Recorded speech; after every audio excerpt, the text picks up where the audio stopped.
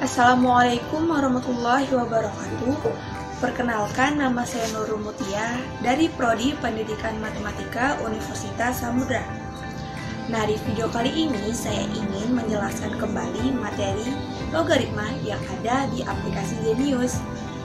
Nah, aplikasi Zenius itu sendiri adalah aplikasi belajar online yang menyediakan lebih dari 80.000 video belajar untuk jenjang SD, SMP, SMA, dan persiapan tes perguruan tinggi, dan dapat diakses dengan mudah dan cepat menggunakan handphone kalian.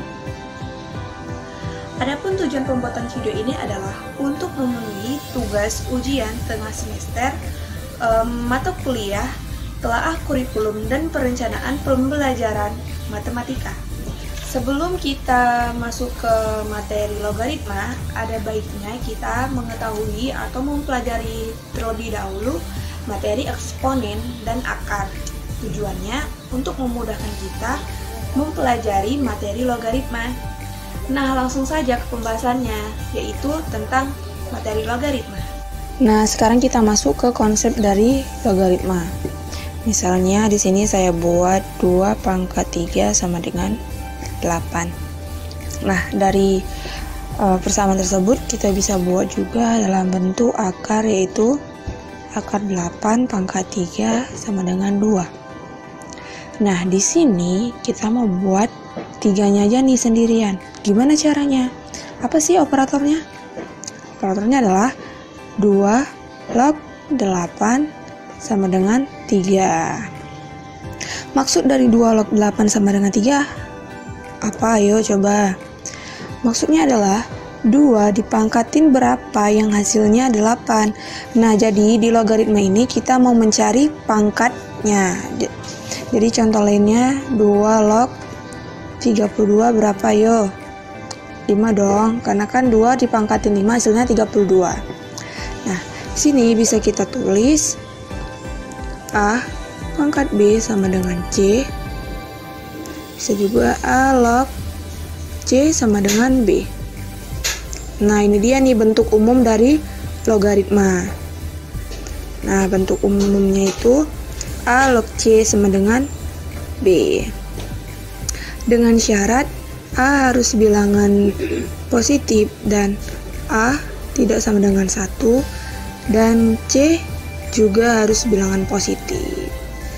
Nah, itu dia dari konsep dari logaritmanya. Nah, itu tadi konsep dari logaritma. Sekarang kita sudah tahu bahwa logaritma itu adalah inverse atau kebalikan dari eksponensial atau eksponen. Nah, sekarang kita masuk ke contoh bentuk dari logaritma. Selanjutnya kita ke contoh bentuk dari logaritmanya. Nah, di sini saya mau buat dulu basisnya dari 2. Basisnya 2 ya. Ini pertama tadi ada 2 log 8 sama dengan 3. Terus 2 log 16 deh. Berapa sih hasilnya? 4. Karena 2 pangkat 4 yang hasilnya 16. 2 log 2 berapa? Yo 1 dong. Karena 2 dipangkatin 1 yang hasilnya 2. Kalau 2 log 1 berapa? 0. Kalau 2 log 0 berapa? Tidak terdefinisi, karena syaratnya C harus bilangan positif. Nah, jadi kita harus tahu dulu tuh syarat-syaratnya biar bisa menyelesaikan logaritmanya. Jadi selanjutnya kita buat basisnya 5. 5 log 25 berapa? 2. Kalau 5 log 1/5, ayo berapa? -1. Karena 5, karena gini nih, 5 pangkat -1 kan 1/5. Jadi makanya 5 log 1/5 -1 hasilnya. Kalau 5 log 1/25 berapa? -2. bisa juga 5 log 5 pangkat min 2 berapa hasilnya? Min 2 juga. Karena 5 dipangkat min 2 hasilnya kan 25. Ya enggak, dia jadi bentuknya seperti ini. Sama sih sebenarnya. Nah, selanjutnya kita mau buat basisnya tuh dari 10. Nah, kalau di logaritma ini kalau basisnya 10 kita nggak usah tulis tuh di sini kan kita tulis 2 log 8. Nah, kalau di logaritma kalau basisnya 10 kita nggak perlu lagi tulis di sininya tuh 10. Nah, seperti ini misalnya 10 log 100. Nah, di sini kita nggak perlu tulis lagi tuh 10-nya. 10 log 100 berapa, ayo? 2 kan? 2. Kalau 10 log 1/1000.000 berapa? Min 6. Nah, itu dia contoh bentuk dari logaritma. Nah, jadi itu dia bentuk-bentuk dari logaritma. Jadi seperti 2 log 2 sama dengan 1. Sekarang kita masuk ke sifat-sifat logaritma. Nah, sekarang kita masuk ke sifat-sifat logaritma. Sebelumnya saya mau kasih contoh dulu. Contoh bentuk logaritma atau mengingat kembali. Misalnya 2 log 2 berapa? 1. Kalau 2 log 8 3 dong, kan udah kita pelajari sebenarnya. Kalau 2 log 1 berapa? 0. Nih kalau 2 log 6 ayo berapa? Nah, sejauh ini kita belum bisa menjawab 2 log 6 itu berapa, walaupun diketahui 2 log 3 itu sama dengan X. Sejauh ini kita belum mengetahui bagaimana cara menyelesaikan 2 log 6. Nah, itulah gunanya kita mengetahui sifat-sifat logaritma untuk dapat menjawab soal-soal logaritma yang bervariasi lagi. Nah, kalau kita mengetahui sifat-sifat logaritma, kita tentu bisa menjawab dari 2 log 6 ini. Nah, jadi kalau sifat logaritma yang pertama ada A log A sama dengan 1. Udah tahu nih ya, pasti udah tahu karena ini sama kayak 2 log 2 sama dengan 1. Jadi dengan syarat A-nya ini harus bernilai positif dan A tidak sama dengan 1. Sifat yang kedua ada A log 1 sama dengan 0. Nah, berapapun basisnya dilogkan dengan 1 pasti hasilnya itu 0. Ke sifat yang ketiga itu ada A log A pangkat N sama dengan N. Nah, udah tahu belum bagaimana cara menyelesaikannya? Nah, kita buktikan. Misalnya di sini 5 log 5 pangkat 2. Nah, berapa? 5 log 5 pangkat 2. Ya 2 lah. Karena 5 dipangkatin 2 ya 5 pangkat 2. Nah, gini singkatnya nih. Sama juga 5 log 25 kan?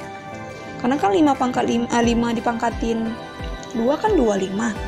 Ya sama aja sih jawabannya 2. Nah, gitu. Selanjutnya ke sifat yang keempat, yaitu tentang penjumlahan atau perkalian. Ada A log M kali N. Nah, ini bisa A log M tambah A log N. Nah, ini bisa menjawab soal yang tadi 2 log 6. Nah, gini nih kita jawab ya. 2 log 6. Kan? Kita pakai yang sifat yang keempat. 2 log 6 kan sama dengan 2 log 3 kali 2. Jadi 2 log 3 dikali 2 sama dengan 2 log 3 ditambah 2 log 2. Nah, tadi kan diketahui kalau 2 log 3 sama dengan X. Ya, tinggal kita masukin aja nilainya X. Tambah, nah 2 log 2 berapa? Ke sifat yang pertama, A log A sama dengan 1, berarti 2 log 2 dengan 1. Nah, kita bisa menjawab kalau 2 log 2 ini X tambah 1 dengan syarat 2 log 3 nya ini diketahui X. Nah, selanjutnya ke sifat yang kelima. Ada A log M per N dengan A log M dikurang A log N. Nah, selanjutnya ke sifat yang keenam. Itu ada